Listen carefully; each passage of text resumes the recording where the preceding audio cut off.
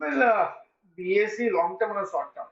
Short ટર્મમાં જોવા જઈએ તો સારી રેલી આપણને બીએસસીમાં ઓલરેડી જોવા મળી ચૂકી છે. અને હું જો મે મંથની વાત કરું તો મે મંથમાં પણ આ સ્ટોકે 10-12% પણ વધારે સારું રિટર્ન આપણને બતાવેલું છે.